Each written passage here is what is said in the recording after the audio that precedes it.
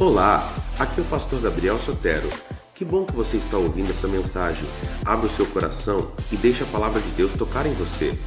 Se inscreva em nosso canal para receber mais mensagens como essas e acione o sininho para ser notificado sempre que houver uma nova publicação.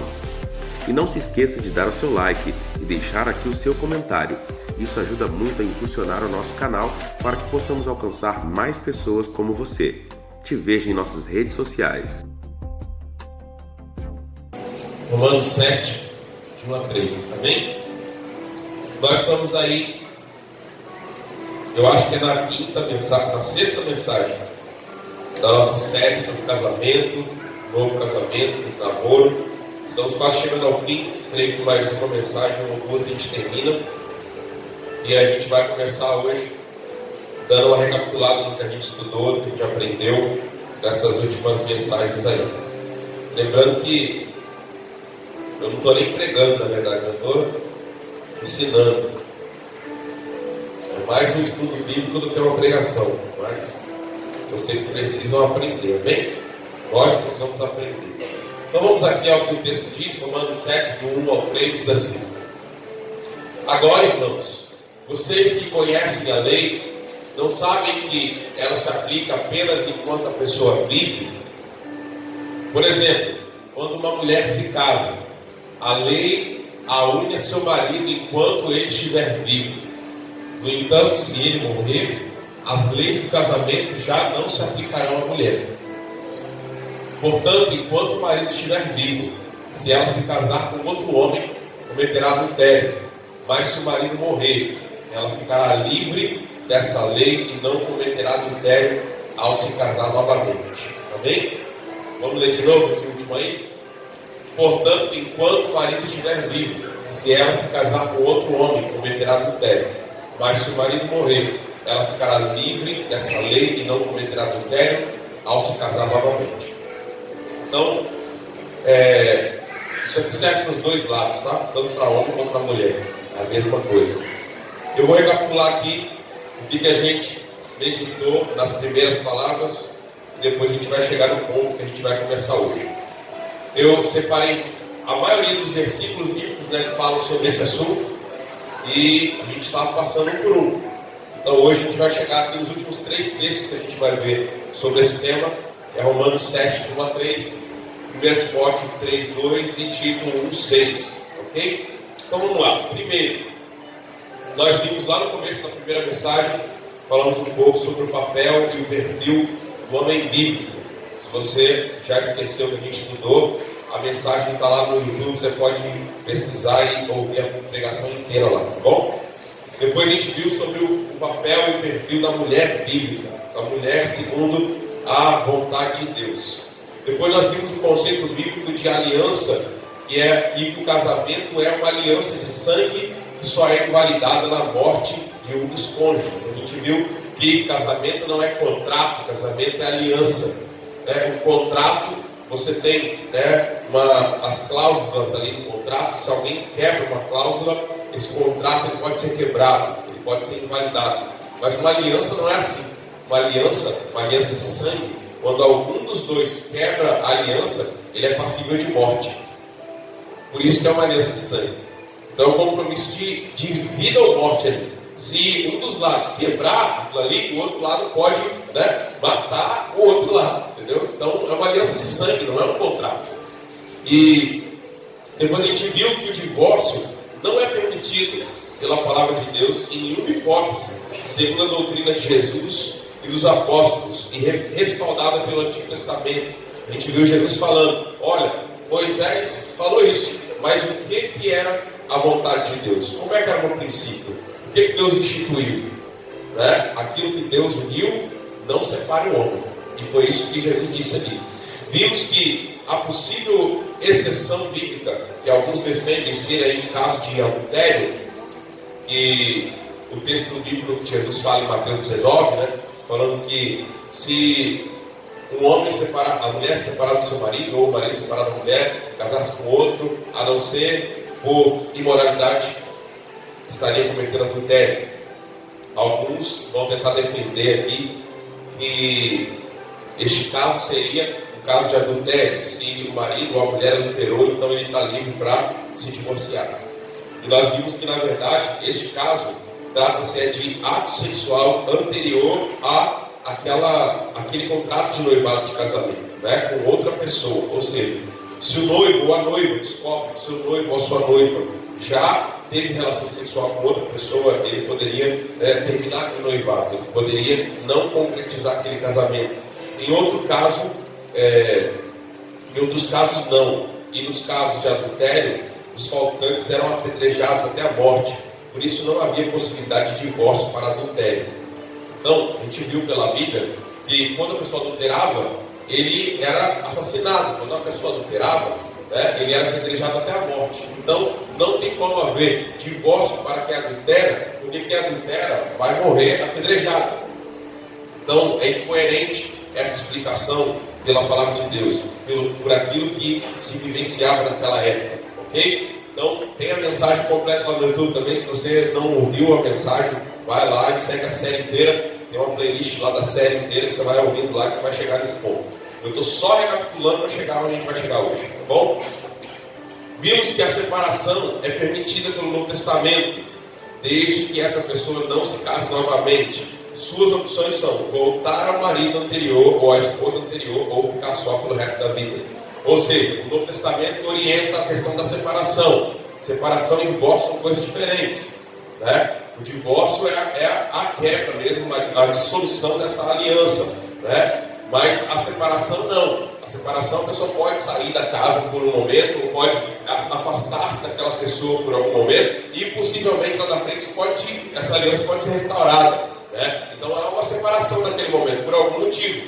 Então, o apóstolo Paulo, ele aceita que possa haver a separação, mas ele diz, olha, se acontecer isso, você tem duas opções: ou você reconcilia-se com o seu marido, ou você permanece só até o final da vida. Essa é a orientação que o apóstolo Paulo dá sobre essa questão da separação. Vimos que os escritos de Paulo aconselham que, se o cônjuge não crente aceita permanecer com você, você não deve se separar. Mas se ele deseja se separar, que pode deixá-lo ir, mas deve permanecer sozinho ou sozinha. E que o cônjuge crente jamais, nunca deve tomar a iniciativa do divórcio. Quem deve fazer isso ou tomar a iniciativa do divórcio e desejar sempre é o cônjuge não crente. Ficou claro isso, igreja? Continuamos. Vimos que o segundo casamento no Novo Testamento, ele só é permitido no caso de viuvez, quando o antigo cônjuge morre. Mas mesmo assim, Paulo ainda diz, eu oriento que, aconselho que não se case. Então, Paulo, ele orienta que mesmo no caso de viuvez, a ideia dele é o quê? Que não se case. Por quê? Porque vai trazer problemas. Então ele diz assim, ó, eu querendo poupar vocês os problemas, eu estou dizendo, ó, mesmo que você ficou viúva ou ficou viúvo, melhor não se casar de novo. Mas está livre. O texto que a gente acabou de ler em Romanos diz o quê? A mulher está ligada ao seu marido enquanto ele vive. O marido está ligado à sua esposa enquanto ela vive. Se morrer, está livre. E pode se casar com quem desejar. Desde que seja no Senhor. Não é isso que Paulo disse? Desde que seja um irmão no Senhor. E aí a gente vai entrar no ponto que a gente vai estudar hoje, que é sobre julgo desigual. E vamos lá, continuando. Vimos que a carta de divórcio concedida por Moisés, então, na lei, foi uma concessão e não um mandamento, segundo Jesus, por causa da dureza do coração deles. E o que é dureza de coração? Dureza de coração da Bíblia é desobediência, obstinação, rebeldia. Então, por causa da desobediência, da obstinação, da rebeldia do coração deles, Moisés permitiu, concedeu a carta de divórcio, mas essa não era a vontade de Deus e não o mandamento de Deus. E não por ser a vontade do Senhor, que a vontade do Senhor é que o homem e a mulher permaneçam livres até o final da vida, pois o que o Senhor uniu, não separe o homem. Se Moisés não tivesse concedido a carta de divórcio, possivelmente eles até matariam suas esposas para se casarem com outras mulheres. Ou seja, o que Jesus estava dizendo ali, que era por causa da dureza de coração deles, ele estava dizendo exatamente isso. Se Moisés não tivesse concedido vamos dizer, esse jeitinho, né? Talvez vocês tenham matado as esposas de vocês para poder se casar com outro. Do jeito que o coração de vocês é rebelde, obstinado, é duro. Então, Jesus fala ali, olha, não é essa a vontade de Deus. A aquilo que Deus uniu, não separe o homem. E aí a gente vai entrar agora no texto que a gente leu, de Romanos 7, 1 a 3. Se você tiver qualquer dúvida sobre esses pontos anteriores que a gente falou aqui, você pode ir lá, né, no nosso canal e ouvir a pregação inteira, tá bom? Romanos 7, 1 a 3. Vamos então para aqui, a gente vai ver aqui que a gente não viu nos textos anteriores. Onde é que o casamento se inicia? E é válido até quando? A gente leu o texto, coloca o texto aí, por favor. Volta lá. Não pode, pode ficar nesse versículo mesmo. Pode ir para o segundo, por favor. Quando uma mulher se casa, a lei une a seu marido enquanto ele estiver vivo. Entanto, se ele morrer, as leis do casamento já não se aplicarão a essa mulher. Aqui está falando propriamente mais a mulher, porque naquela época, como eu já falei aqui anteriormente, em outra pregação, naquela época a mulher não tinha direito de se divorciar. Na verdade, a mulher não tinha quase direito nenhum. Ela não tinha direito de voltar, ela não tinha direito de ter uma profissão, ela não tinha direito de se divorciar. Então, o texto está falando, aplica, assim, falando mais focado na questão da mulher, por causa disso. Tá? Então, continuando aqui. Onde se inicia esse contrato de casamento, essa aliança de casamento, e onde termina? Então, nós já explicamos aqui anteriormente, mas eu vou focar agora de uma maneira bem clara. A aliança de casamento se inicia deixando pai e mãe, fazendo seus votos um ao outro, votos de fidelidade, votos de amor, votos de permanecer até o final da vida juntos, e ela é selada através do ato sexual, tá? Então, esses são os princípios bíblicos mais claros na maioria dos textos, e relatando onde é que esse casamento se inicia. Então, o casamento se inicia quando ele cumpre esses três princípios aqui. Primeiro, abandona-se pai e mãe, ou seja, você há um desligamento, né, da ligação paterna com essa pessoa, porque ele quer iniciar uma nova família com essa outra pessoa. Então, segundo, faz-se votos um ao outro de fidelidade, de amor, de permanecer juntos, e isso se conclui no ato sexual. Aí se inicia o casamento, ok? O casamento se inicia exatamente nisso aqui. Ah, mas e o cartório? O cartório é um detalhe só para os homens. Isso aí não faz diferença para Deus, tá? Isso é uma questão humana só. Cartório, papel, isso aí é só uma questão humana. Para Deus isso não significa nada, tá? Para Deus não tem nada a ver isso aí. O casamento se inicia exatamente nesse momento. Você decidiu sair da sua casa, do seu pai, da sua mãe, para viver uma vida com alguém. Você fez promessas a essa pessoa, ela fez promessas a você. Vocês fizeram o ato sexual, você está casado com essa pessoa. Você está aliançado com essa pessoa, tá? E aí, continuando. Mas se é assim, então qual que é a diferença entre o casamento e a prostituição? Porque se o ato sexual é o centro do casamento, né, então toda vez que eu cometi um ato sexual com alguém, eu me casei com aquela pessoa? Não necessariamente. Então qual que é a diferença? Tá? Então vamos lá. O sexo antes do casamento, esse sexo que não seria aliança, seria o quê? Seria o sexo que não cumpre esses princípios que nós acabamos de colocar aqui. É o sexo pelo sexo. É o sexo que essa pessoa, ela não tinha um desejo, uma vontade, ela não tinha nenhuma pretensão de abandonar a casa dos seus pais para viver com essa pessoa. Em nenhum momento ele pensou em construir uma família com essa pessoa. Ele nem ela fizeram promessas um ao outro de ser fiel, de continuar junto. Eles simplesmente fizeram sexo pelo sexo, ou seja, estavam focados no quê? No ato e no corpo do outro, em usar um ao outro. E eles não fizeram esses princípios aí, dos votos e do abandonar pai e mãe. Isso é apenas prostituição e não a aliança do casamento. E a prostituição, ela gera laços de alma. A gente vai ver isso mais propriamente na última mensagem, falando sobre namoro. A gente vai ver essa questão dos laços de alma. Porque embora uma aliança, né, de casamento não foi contraída aqui, mas existe um laço de alma. Que ao você se relacionar sexualmente com outra pessoa, você se liga a essa pessoa de alguma forma. E essa forma é uma ligação muito forte, uma ligação tanto corpórea quanto emocional.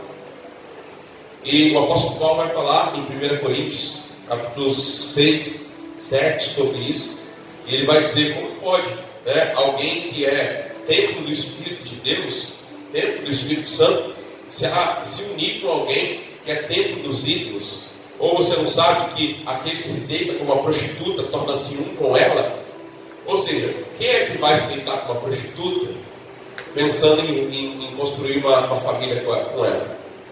Geralmente, se alguém vai até uma prostituta, porque ele quer apenas um ato momentâneo e ele não quer continuar naquilo, sim ou não? Não é verdade? Não é lógico? Paulo está dizendo o quê? Olha, se você se une a uma prostituta, você está se tornando um com ela. Ou seja, então mesmo o ato de prostituição não é uma aliança de casamento. Ninguém vai lá e se relaciona com a prostituta e se casou com ela, né? Ele cometeu apenas um ato, ele se prostituiu. Mas Paulo está dizendo que existe uma ligação ali. Não é ainda uma aliança de casamento, mas existe uma ligação. Você se tornou um com aquela pessoa, em algum tipo de nível. O último nível é o nível da aliança de casamento, quando Deus ele confere essa unidade, onde essas pessoas deixam de ser duas pessoas e se tornam uma pessoa. Isso é Deus que faz.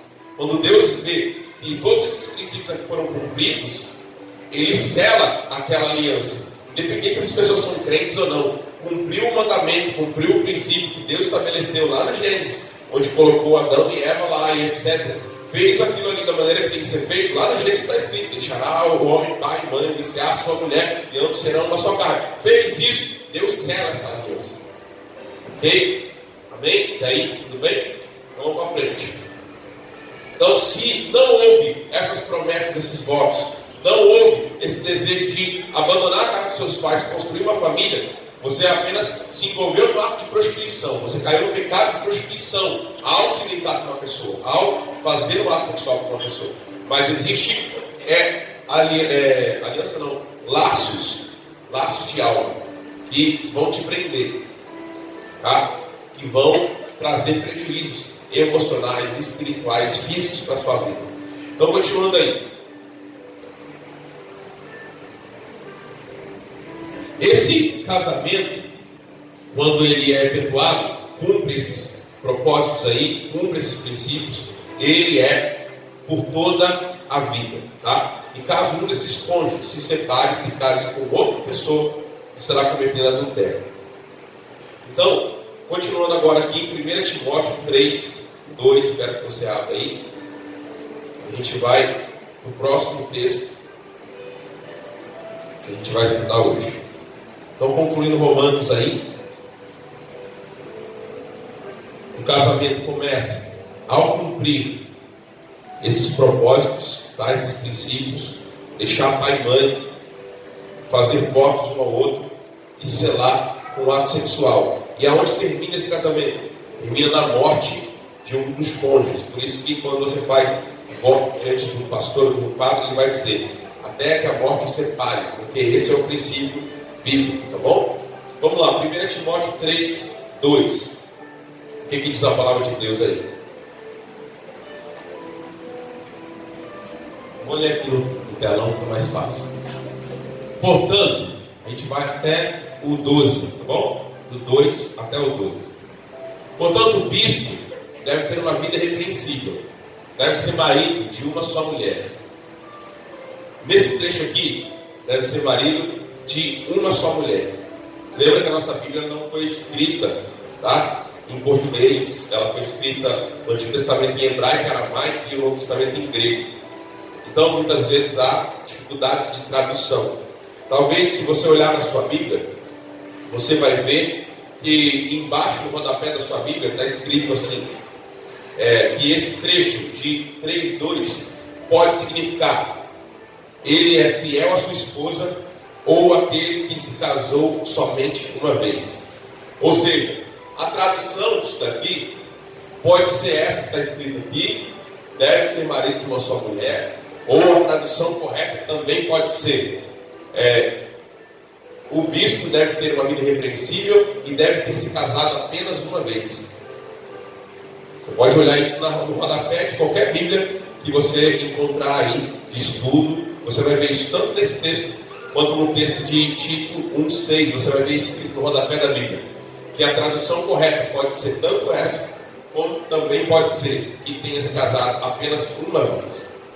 Ter autocontrole, viver sabiamente e ter boa reputação, deve ser hospitaleiro e apto a ensinar. Continua aí. Não deve beber vinho em excesso, nem ser violento, antes deve ser amável, pacífico, desapegado do dinheiro. Deve liderar bem a própria família e ter filhos que o respeitem e lhe obedeçam. Pois se o homem não é capaz de liderar a própria família, como poderá cuidar da igreja de Deus? Não deve ser recém-convertido, pois poderia se tornar orgulhoso e o diabo o faria cair. Além disso, os que são de fora devem falar bem dele, para que não seja desacreditado e caia na armadilha do diabo. Da mesma forma, os diáconos devem ser respeitáveis e ter integridade. Não devem beber vinho em excesso, nem se deixar conduzir pela ganância. Devem ser comprometidos com os segredos da fé e viver com a consciência limpa. Antes de serem nomeados diáconos, é necessário que se faça uma avaliação cuidadosa. Se forem aprovados, então que exerçam a função de diáconos. De igual modo, as mulheres devem ser respeitáveis e não caluniar a ninguém. Devem ter autocontrole e ser fiéis em tudo que fazem. Agora, em 12, o diácono deve ser marido de uma só mulher. Você vai ver a mesma descrição no rodapé da Bíblia nesse versículo. Também pode ser a tradução. O diácono deve ter se casado apenas uma vez e liderar bem os seus filhos e a sua casa. Tá? Agora vai para Tito 1,6. Tito 1,6. O que diz aí o texto? O presbítero deve ter uma vida irrepreensível, deve ser marido de uma só mulher. Aqui é outra carta, é outro texto. E no rodapé da Bíblia vai aparecer a mesma citação. Vai aparecer 1,6. Ou ter uma só mulher, ou ter se casado somente uma vez. É o que vem escrito no rodapé da Bíblia. Ok? Seus filhos devem partilhar de sua fé e não ter fama de devassos nem de rebeldes. E aí continua o texto. Então, qual é a aplicação para nós disso daqui? Todos os tradutores e teólogos são unânimes em explicar que estes textos significam que tanto ele deveria ser fiel a uma única esposa, quanto que ele deveria ter se casado apenas uma vez. Vários estudos que eu vi falando sobre isso vão deixar claro que a prática então da igreja primitiva nesse período era que eles não ordenavam nem a pastores, né? No caso presbíteros aqui, o bispo eram os pastores daquela época, nem a pastores e nem diáconos, aqueles que já tivessem se casado mais de uma vez. Era uma prática da igreja primitiva, ou seja, eles honravam e separavam aqueles que só haviam tido uma esposa ou um marido, tá? Então, fechando aqui esse tópico, daqui a pouco a gente vai falar sobre as aplicações práticas para a nossa vida. O que eu faço agora? Né? Se eu fiz errado, se eu estou fazendo, como é que eu estou? A gente vai ver isso daqui a pouquinho. A gente vai ver as aplicações práticas de tudo isso, o que a gente tem que fazer. Tá? Mas, fechando então esse assunto agora, para a gente entrar no assunto agora do julgo desigual, que é uma outra coisa muito importante, a gente já viu que, por último, o último texto que a gente observou, a igreja primitiva levava muito a sério essa questão da família. Tanto o diácono quanto o presbítero, ele tinha que ter uma família equilibrada, uma família que era fiel a Deus, uma família que honrava o Senhor. Ele deveria cuidar muito bem da sua família. Ele não poderia ter a sua família em desordem, nem uma família bagunçada. Ele tinha que ter uma família irrepreensível. E segundo o que a gente entende aqui, da explicação desses textos, ele precisava ter se casado apenas uma vez.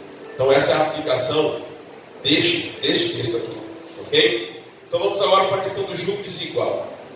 Se você puder, abra aí em Malaquias 2, 14, 15.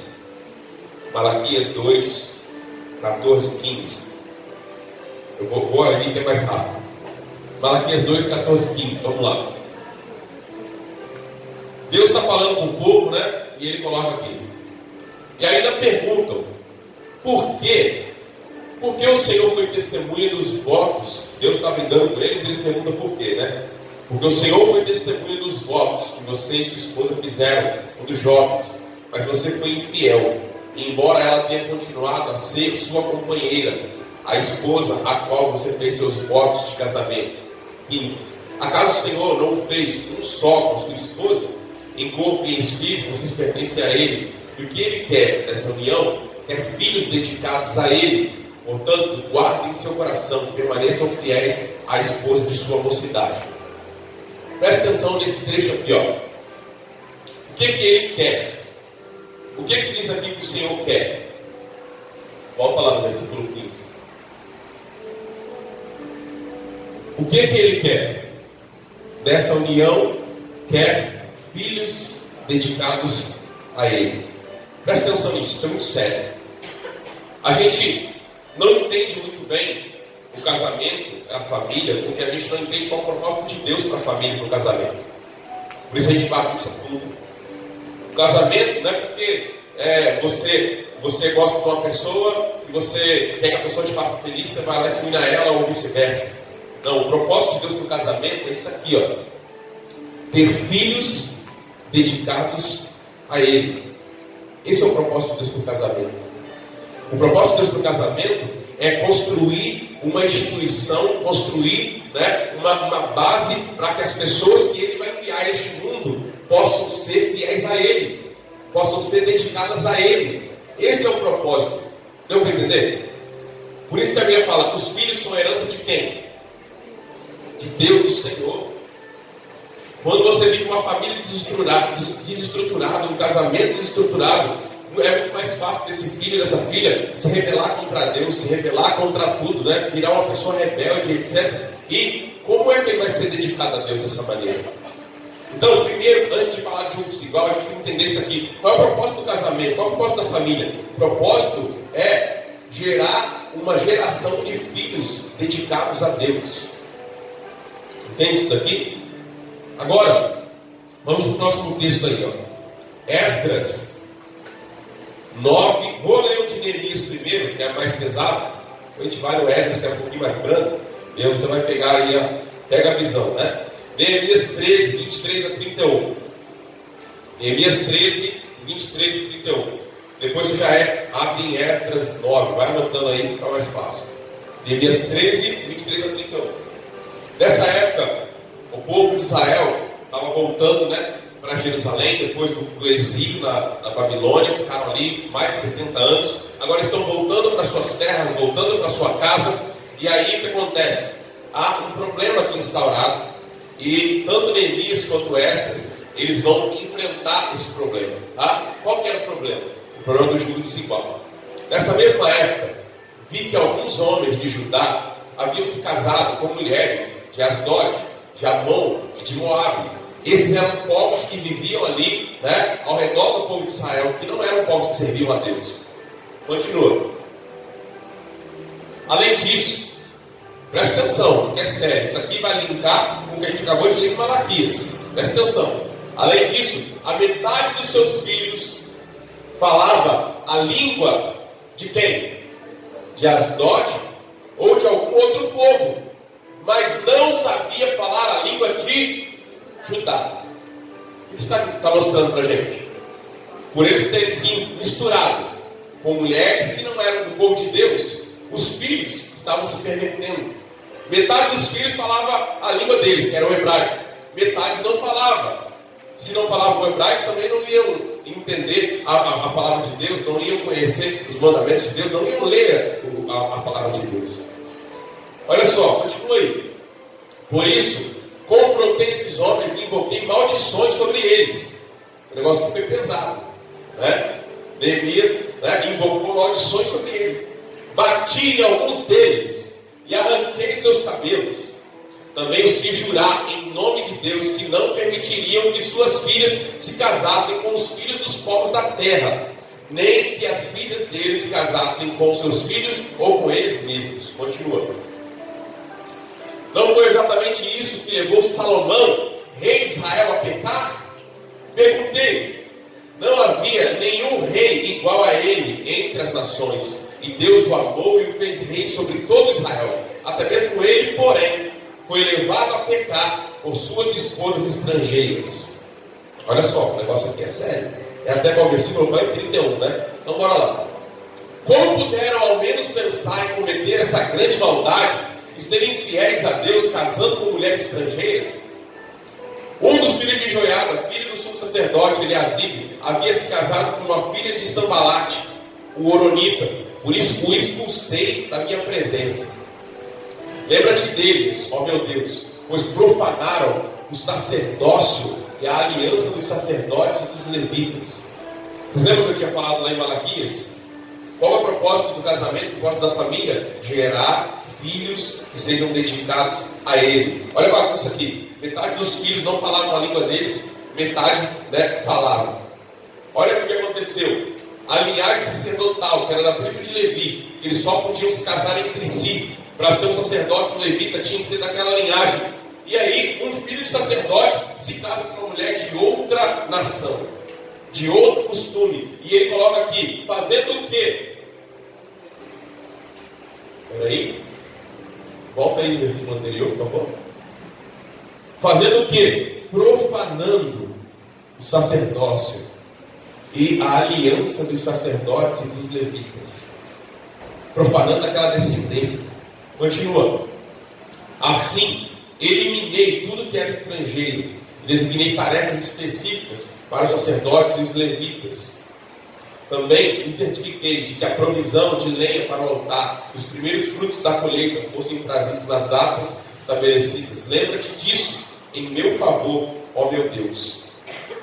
Ele briga com esse povo, arruma briga com eles, manda eles mandar todo mundo embora, as esposas que não eram do povo de Deus, os filhos também, mandar embora. Você vai ver aqui em Esdras agora, porque Esdras e Neemias é o mesmo período, ao mesmo tempo, são os dois livros que eram o mesmo período, o mesmo tempo, tá? Um era governador e o outro era um líder religioso, um escriba. Então vamos lá em Esdras. E você vê então o problema aqui de misturar-se com pessoas, de casar-se com pessoas que não são filhos de Deus, que não são tementes a Deus, que não são do povo de Deus. Vai fazer com que a sua descendência fique misturada, que a sua descendência fique indecisa. Talvez um filho te segue, o outro filho segue o seu marido que não é crente, ou um filho segue a esposa que é crente e o outro filho segue o marido que não é. E você fica com uma descendência, que deveria ser dedicada a Deus, mas está pervertida, bagunçada. Então, olha só o que acontece aqui. Depois, cadê o meu fundo que já se foi? Meu fundo musical. Depois que essas coisas foram feitas, os líderes judeus vieram e disseram: muitos israelitas e até mesmo alguns sacerdotes e levitas não se mantiveram separados dos outros povos que habitavam nessa terra.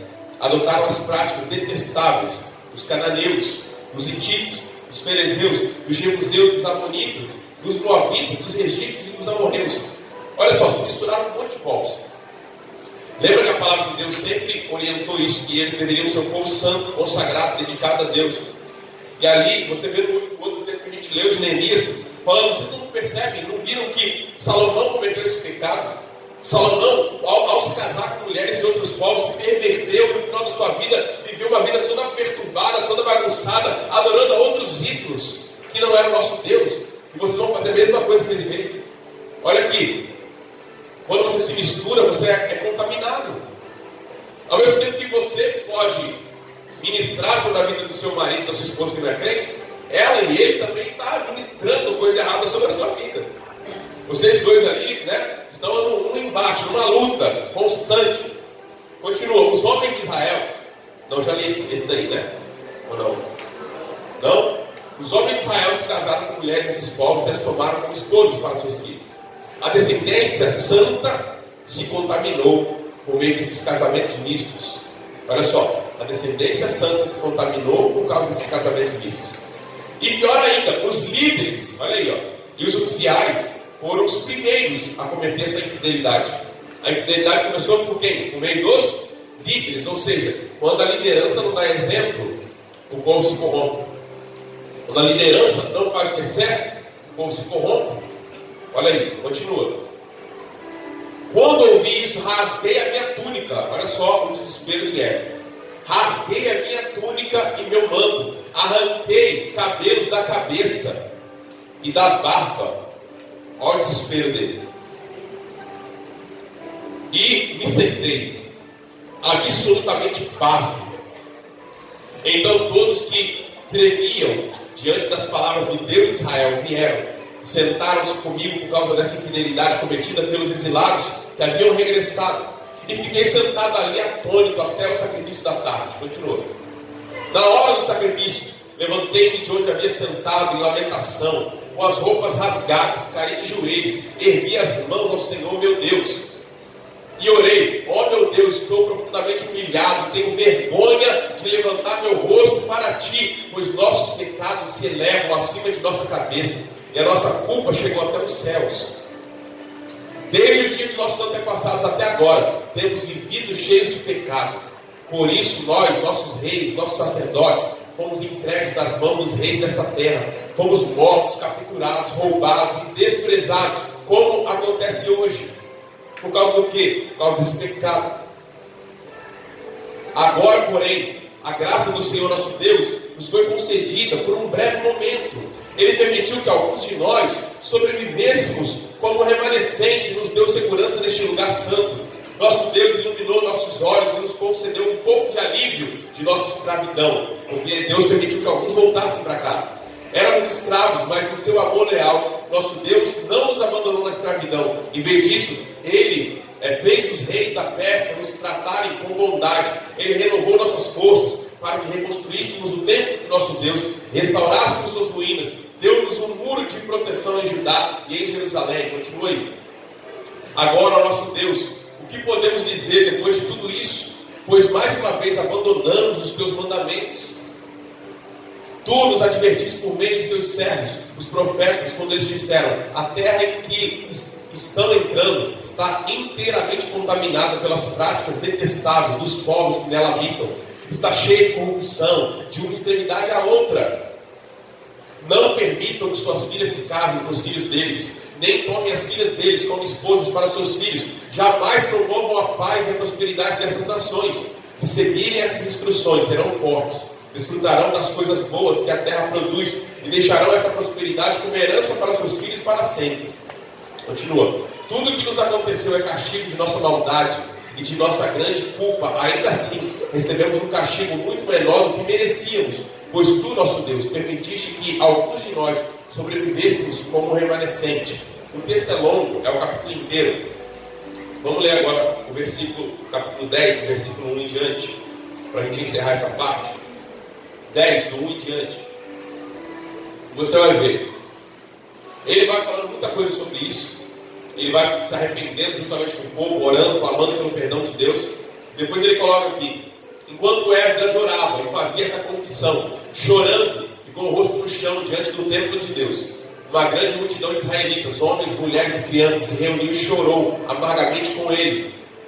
Então Secanias, filho de Jeiel, descendente de Elam, disse a Esdras: fomos infiéis ao nosso Deus, pois nos casamos com mulheres estrangeiras, dos povos dessa terra. Apesar disso, há esperança para Israel.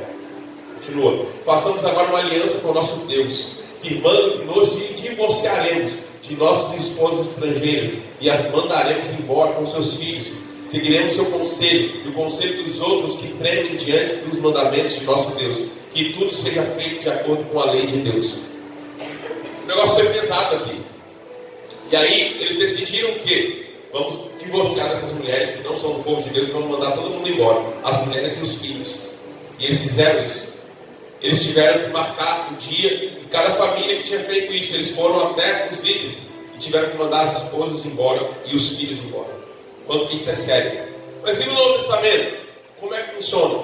Então vamos para o Novo Testamento. Abre aí, 2 Coríntios 6, 14 a 18.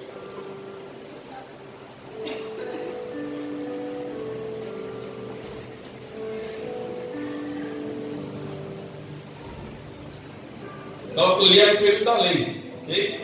Como é que é o período da graça? O apóstolo Paulo, escrevendo aqui a Coríntios, ele diz o quê? Não se ponha em julgo desigual com os descrentes. Como pode a justiça ser parceira da maldade? Como pode a luz conviver com as trevas? Continua. Que harmonia pode haver entre Cristo e o diabo? Como alguém que crê pode se ligar a quem não crê? E que união pode haver entre o templo de Deus e o templo dos ídolos, essa tradução está escrito só e os ídolos, mas se você ler outras traduções, você vai ver que está escrito que união pode haver entre o templo de Deus e o templo dos ídolos, ou seja, você é templo de quem? De Deus. Alguém que não serve a Deus é templo de quem?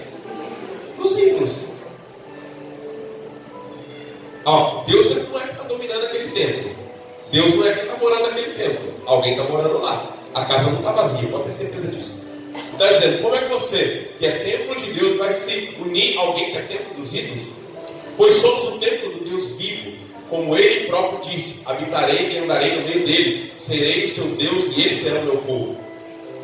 Portanto, afastem-se e separem-se deles, diz o Senhor, não toquem em coisa impura, e eu os receberei. Até o versículo que eu falei? Até o versículo 18.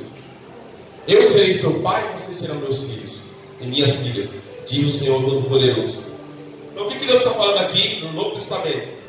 Olha, não se una em julgo desigual com os infiéis. Não faça isso. Vocês viram a seriedade disso no Antigo Testamento, como foi tão sério que eles tiveram que mandar as esposas embora e os filhos embora. Agora no Novo Testamento ele está dizendo, olha, não faça isso. Deus não se agrada disso. Isso não é bom, isso não vai fazer bem a você. E aí você viu o outro texto que a gente já leu aqui, né? 1 Coríntios 7. E você viu o quê? Qual é a orientação para quem já veio assim? Eu me converti e meu marido não era crente, né? Eu me converti e minha esposa não era crente. O que diz a palavra lá? A gente já leu isso, já falamos aqui no começo da introdução dessa palavra. Não se separe. Se ele não quer separar, se ela não quer separar, não se separe, permaneça unidos. Mas se ele quiser ir embora, se ela quiser ir embora, né, deixe que vá. Você não está obrigado a ficar lutando por essa união. E qual que é a orientação? Fique só. Ou reconcilie com seu marido, com sua esposa. Então está claro aqui. O que significa isso? Se você não é casado, se você não é casado, não procure alguém que não serve a Deus. Porque você está colocando em risco a sua descendência. Você está colocando em risco a vida espiritual dos seus filhos. Você está colocando em risco, né, a harmonia do seu lar. Como é que você vai construir, né, um lar firmado em Deus, se metade puxa para um lado e metade puxa para o outro? Se metade quer servir a Deus e a outra metade quer servir aos ídolos, quer servir aos prazeres da carne, quer servir ao mundo, quer servir a Satanás? Não faça isso. Você que é jovem, você que é adolescente, você que é pré-adolescente, tira isso da sua cabeça. O primeiro requisito que você deveria pensar em alguém para você namorar, para você construir um casamento, uma família, é fiel a Deus. Não é estar na igreja, tá? Não é estar na igreja. Um monte de gente que está na igreja não é de Deus. Um monte de gente que está na igreja não serve a Deus. Não é, está na igreja, então tá. Não. Tem vida com Deus, busca Deus de verdade, é fiel a Deus, então é para mim. Se não é, meu irmão, sai fora. Mas ele é bonito, sai fora. Mas ele é trabalhador, sai fora. Mas ele não trata bem, sai fora. Sai fora. Chuta que é laço, já ouviu aquela música, né? Chuta que é laço para você. Hoje pode parecer muito bom, hoje pode parecer muito legal, mas amanhã você vai sofrer. Amanhã você vai chorar, amanhã você vai padecer. Então, se você já veio casado ou casado com alguém que não era cristão, permaneça nesse casamento. Ore por ele, ore por ela. Peça a Deus que converta esse coração, que trate com essa pessoa, né? Mas saiba que você vai padecer. Vai passar dificuldade. Vai ter dia que você vai querer que seus filhos venham, né, para a igreja com você. E aí o seu marido ou sua esposa vai querer levar eles para a balada. E aí? Né? Você vai padecer essas dificuldades. Vamos terminar nossas aplicações práticas aí. E agora, pastor? Se eu casei sem servir, o que eu faço? Se arrependa sinceramente de ter feito isso. Peça perdão ao Senhor. Peça que Ele desfaça todo o laço de alma que você contraiu com pessoas antes desse seu casamento. Se você não fizer isso, se você não pedir a Deus para te limpar, para te livrar disso, você vai passar dificuldades ao longo do seu casamento por causa desses laços de alma que você fez no passado. É como se você estivesse carregando um monte de pessoas né, nas suas costas. Todas as pessoas que você se envolveu sexualmente antes do seu casamento, elas estão aí com você. E você precisa ser liberto dessas pessoas.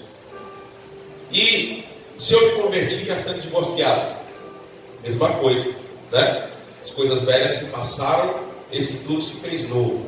Isso não quer dizer que não é pecado o casamento anterior que você teve e você se divorciou. Não, é pecado sim. Mas a Bíblia fala que as coisas velhas se passaram, se converteu agora, começa uma nova vida. Aquilo que foi no passado, você vai entregar no altar de Deus, vai entregar diante da cruz de Cristo, vai começar uma vida nova agora.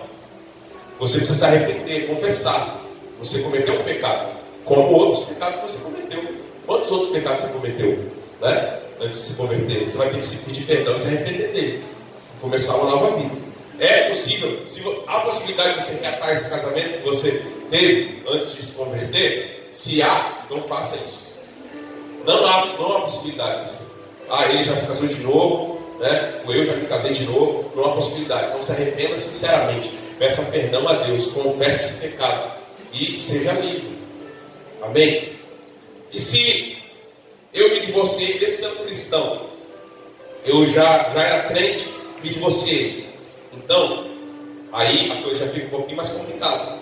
Aí você tem que cumprir o que a Bíblia fala. O quê? Pode voltar para esse casamento? Pode se reconciliar com seu esposo, sua mulher? Faça isso. Não tem como. Não tem como me reconciliar com ela, nem com ele. Ele já está casado, ela está casada. Então fique só. Essa é a orientação bíblica aqui. Para quem é crente, essa é a orientação bíblica. Se é cristão, se já é crente, né? Então, essa é a orientação da palavra. Ou reconcilie com seu marido, com a sua esposa, ou permaneça só. É o que a palavra está dizendo. E se... Deixa eu continuar aqui, deixa eu me achar que me perdi. Se eu me divorciei desse ser cristão, não há como voltar para o meu antigo marido, já estou casado de novo, ou casado de novo, o que eu faço? Arrependa-se do seu erro, peça perdão ao Senhor, peça que o Senhor tenha misericórdia de você e abençoe essa união. Eu não posso garantir a você que Deus vai abençoar essa união. Eu estou sendo o mais sincero possível aqui com vocês. Não adianta eu querer ser bonzinho aqui e falar assim, Deus vai abençoar, Deus vai não sei o quê. Eu não posso ser bonzinho, eu tenho que falar o que a palavra de Deus manda. Então, eu tenho que dizer o que está escrito aqui. Então, pastor, eu já era crente, me divorciei, casei de novo, estou no meu segundo casamento, né? E agora o que eu faço? Se arrependa do que você fez, confesse a Deus, peça perdão, peça que Ele tenha misericórdia de você. Deus é justo, Deus é fiel. Se Ele achar que você merece que Ele abençoe esse casamento, Ele vai abençoar. Se Ele achar que não vai, Ele vai abençoar mesmo. Não adianta. Aí você vai, né, vai empurrando isso aí com a barriga, né, até o final da vida, né? Deus não vai abençoar aquilo que Ele já amaldiçoou. Sim ou não? Se Ele já amaldiçoou o divórcio, se Ele já amaldiçoou, né, o novo casamento, se Ele diz que é adultério, Ele não vai abençoar, a não ser que Ele entenda que realmente foi uma injustiça muito grande, alguma coisa muito grave aconteceu com essa pessoa, né, de ela fez o erro e você não estava envolvido nesse erro, Deus quer te abençoar. Deus pode fazer isso? Deus pode tudo, meu irmão. Deus pode tudo, Deus é Deus.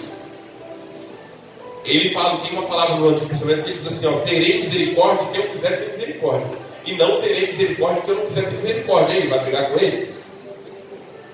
Deus é Deus, não é verdade? Se Ele quiser abençoar, Ele vai abençoar. Se Ele não quiser abençoar, Ele vai abençoar. Não adianta brigar.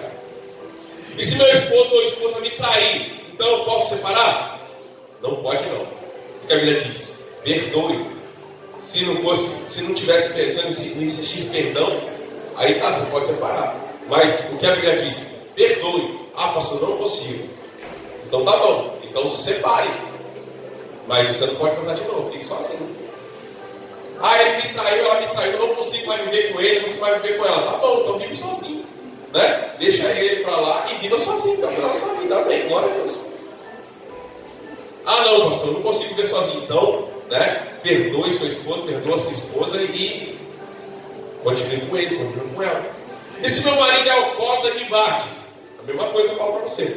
Perdoe ele, perdoe ela. Ou fique sozinho. Fique sozinho. Né? Eu não aguento ficar com ele. Não, né? Vai morar sozinho, né, com seus filhos e fique assim. E permaneça dessa maneira. e se eu descobrir que o meu cônjuge é homossexual? Ou vice-versa, né? A mesma resposta anterior, ou você perdoa ele ou perdoa ela, ou você fica sozinho, fica sozinha. É essa que a Bíblia diz. E se meu cônjuge matou um filho meu, né, matou um parente meu, né, matou um irmão meu, um pai meu, né, mesma coisa. É o mesmo princípio. Ou você perdoa, ou você fica sozinho, fica sozinha. E se o meu cônjuge abusou de um filho meu, abusou de uma filha minha, o que eu faço? Perdoe ou se separe e fique sozinho, sozinho. E se o meu cônjuge tiver uma doença paralisante, uma doença mental que limite suas funções, né, o que eu vou fazer? Permaneça com ele, permaneça com ela, cuide dele, cuide dela. Você não prometeu lá na doença ou na enfermidade, na saúde ou na enfermidade? Então, fique com ela, fique com ele, trate dele, trate dela, cuide dele, cuide dela. Ah, pastor, não aguento, não suporto mais. Vou deixar ele, vou entregar ele para a família dele, vou entregar ela para a família dela. Tá bom, mas isso não te dá o direito de casar de novo. Fique sozinho, fique sozinho. Ou então fique com ela e cuide dela, fique com ele e cuide dele. Então, essas são algumas aplicações práticas para tudo que a gente viu até aqui. Ah, pastor, estou com dúvida ainda, né? Meu caso não é nenhum desses aí que o senhor falou, né? Então, você marca o gabinete comigo, a gente vai conversar. Eu vou te explicar a luz da Bíblia o que você tem que fazer. Agora, eu não estou aqui para fiscalizar a sua vida, nem eu estou aqui para julgar se você está fazendo certo ou fazendo errado. Cada um prestará conta diante de Deus da sua vida, amém? Então, você tem que avaliar a palavra, avaliar as escrituras e ver qual vai ser a sua atitude. O que você tem que fazer, ou o que você tem que deixar de fazer. A Bíblia está aqui para todo mundo ler, para todo mundo estudar, para todo mundo se informar, para todo mundo buscar. Então, estude a sua palavra, estude a Bíblia, peça a revelação ao Espírito Santo de Deus, peça a revelação ao Senhor, busque ao Senhor, e Ele vai te dar respostas. Amém? Eu queria orar nesse momento por pessoas que entenderam o que Deus está falando com essa igreja, pessoas que entendem que precisam se arrepender porque cometeram esse pecado ou alguns desses pecados, querem começar um novo tempo, uma nova vida na presença de Deus.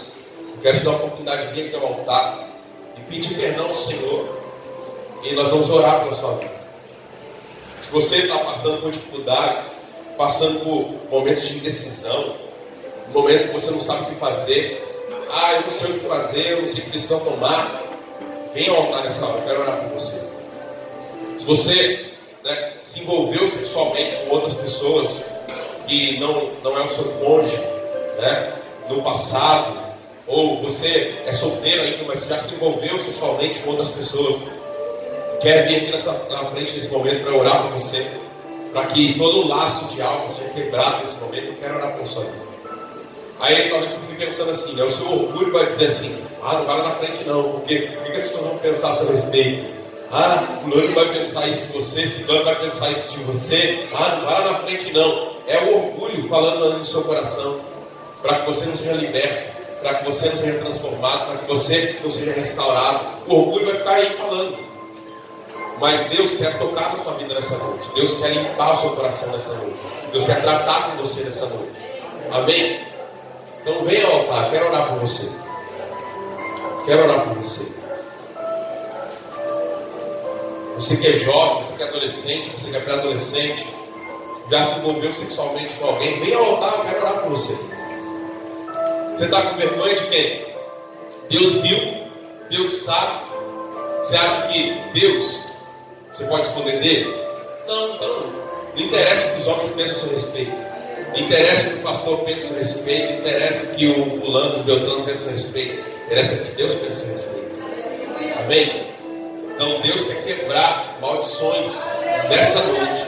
Deus quer quebrar principados e potestades nessa noite na sua vida. Eu quero orar por você nessa hora. Amém? Eu sei que tem mais gente que deveria estar aqui. Não porque eu sei de nada que aconteceu não, mas eu sinto no meu coração que tem mais gente que tinha que estar aqui não está. Não deixe que o inimigo te segure aí no banco não. Nós vamos orar nesse momento. Amém? Mas já faz tanto tempo, faz tanto tempo que ainda está te oprimindo hoje.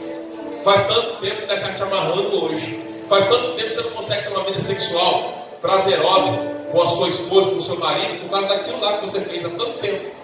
Você não consegue, né, ter um orgasmo sexual com seu marido, com sua esposa, por causa daquela relação que você teve lá, antes do casamento, que está te prendendo até hoje. Você às vezes não sabe o que você está passando agora, que ainda tem influência do que você fez lá no passado. Mas isso vai ser quebrado aqui hoje, em nome de Jesus. Amém? Você crê nisso? Se você crê, vem aqui ao altar que nós vamos orar pela sua vida. Talvez você não tenha consciência, não tenha a ideia do quanto essas coisas, esses pecados não confessados, esses pecados que não foram colocados diante de Deus, trazem influências e consequências para a nossa vida. A Alessandra já contou isso aqui, eu já contei algumas vezes, mas eu vou contar de novo para você lembrar.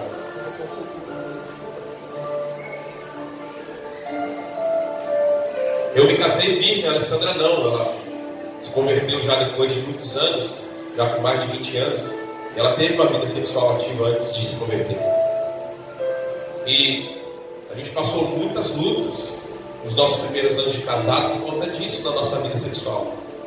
Porque a gente não conseguia ser bem sucedido nisso. Nossos 2 primeiros anos, nem relação direito a gente conseguia ter. Toda relação que a gente tentava ter, ela chorava feito uma criança. Eu quase me separei. Eu pensava assim, não, eu não mereço isso não. Eu vou ficar lutando por isso. 2 anos de casado já, a gente não consegue ter uma relação direita. Por conta de coisas do passado que não foram largadas, que não foram confessadas, que não foi pedido perdão. Isso traz um peso emocional sobre a sua vida, um peso espiritual sobre a sua vida. Você precisa abandonar isso hoje. Quando eu estiver orando aqui, você vai dizer para Deus, confessar para Deus tudo aquilo que você fez. Você vai dizer no seu coração. Você vai pedir ao Senhor que quebre hoje, que rompa hoje, que desfaça hoje todo laço de algo, todo tipo de grilhão, de amarra no mundo espiritual que está te prendendo essas pessoas. Você vai pedir hoje que isso seja quebrado no nome de Jesus. Você vai pedir hoje que o Senhor venha te libertar de todo tipo de influência que ainda possa estar afetando o seu casamento, a sua vida, ou o seu futuro casamento. Nesse momento você vai pedir para que Deus esteja quebrando isso. Amém? Em nome de Jesus. Vamos orar. Gostaria de pedir aos presbíteros que estivessem aqui também no altar, juntamente comigo orando, intercedendo. Se vocês puderem colocar a mão nos irmãos também, não demora demais, só coloca a mão e abençoa, profetiza, em nome de Jesus. Senhor amado, eu te apresento esses irmãos e irmãs que estão aqui, Senhor. Alguns deles estão aqui, Senhor, porque cometeram atos sexuais ilícitos diante de Ti. Outros estão aqui porque se divorciaram ou porque cometeram alguns crimes aqui nessa pregação, nessas pregações que foram feitas até aqui. E eu quero te pedir em nome de Jesus nessa hora, Pai, que o Senhor anule, Senhor, toda maldição, Pai. O Senhor anule, Pai, todo legado maligno, toda influência maligna sobre a vida deles, por conta desses pecados passados que talvez não foram confessados, que talvez não foram apresentados diante de Ti, que não houve um arrependimento real, um arrependimento sincero. E nessa hora eu te peço em nome de Jesus que o Senhor quebre, Pai, todo mal, Pai, em nome de Jesus. Que todo laço do inferno seja dissipado agora. Ó Deus, toda aliança, todo elo, todo laço de alma com pessoas, ó Pai, do passado, Pai, que elas ainda não foram libertas, seja quebrada agora em nome de Jesus, Pai. Que haja libertação completa para essas vidas, ó Pai. Que haja transformação completa dessas vidas, ó Pai. Que o casamento, Pai, dessas pessoas seja abençoado, Pai. O relacionamento íntimo, Pai, desses irmãos e irmãs que estão aqui, que são casados, seja abençoado, Pai. Seja frutífero, Pai. Seja próspero, Pai. Seja bem sucedido, Senhor. Em nome de Jesus. Que aqueles que são solteiros, que estão aqui, que querem ter uma vida sexual abençoada na sua casa, que querem ter um casamento abençoado, que o Senhor nessa hora, Pai, quebre e desfaça toda maldição em nome de Jesus. Em nome de Jesus. Em nome de Jesus. Que toda palavra de destruição, toda palavra de morte, toda palavra de maldição lançada sobre eles, que todo rancor e amargura lançado sobre eles por parte dessas outras pessoas envolvidas, ó Deus, seja quebrado e dissipado agora em nome de Jesus. Que todo sentimento contrário, todo pensamento, toda palavra de maldição, de destruição lançada sobre a vida deles, por conta dessas outras partes, ó Deus, que foram talvez entristecidas, magoadas, que não queriam talvez ter se separado, não queriam ter passado por essa situação. Eu te peço nessa hora que o Senhor quebre, que o Senhor rompa, Senhor, no mundo espiritual, toda essa maldição, tudo aquilo que não provém do Senhor, em nome de Jesus. Traga restauração, Senhor. Traga libertação, Senhor. Traga cura, Senhor. Traga, Senhor, uma vida abundante, Senhor. Um casamento abundante, Senhor. Um lar abundante, Senhor. Uma vida íntima abundante, Senhor. Em nome de Jesus. Em nome de Jesus. Eu te peço nessa noite, Senhor, toda maldição sobre esta igreja, Pai. Toda palavra de maldição sobre essa igreja. Todo legado maligno nessa área sexual, nessa área da imoralidade, Senhor. Seja desfeito hoje, Pai, em nome de Jesus. Entre a nossa juventude, entre os nossos adolescentes, entre os nossos pré-adolescentes, e todos aqueles que já se envolveram, não estão aqui no altar, Senhor. Talvez por medo, talvez por vergonha, talvez por orgulho, mas que o Senhor quebre agora e rompa agora, Pai amado, todo legado maligno, Senhor, toda maldição, Pai amado, lançada sobre eles, por conta desse pecado não confessado, Senhor, em nome de Jesus, ó Pai. Conceda a eles que eles possam ter um futuro de bênção, Pai, em nome de Jesus, em nome de Jesus. Eu te peço, Senhor, tudo aquilo que Satanás tentou fazer para aprisionar essas vidas, seja quebrado agora pelo poder do Teu nome, Senhor, pelo poder do Teu sangue naquela cruz, em nome de Jesus, em nome de Jesus. Amém, Deus. Amém. Deus te abençoe. Pode voltar para o seu lugar e ora ao Senhor. Peça a direção de Deus, peça a revelação de Deus. O Senhor vai abençoar a sua vida. Amém? O Senhor vai te dar direção, o Senhor vai te dar escala. Semana que vem nós vamos estar começando a tratar sobre a questão do namoro cristão.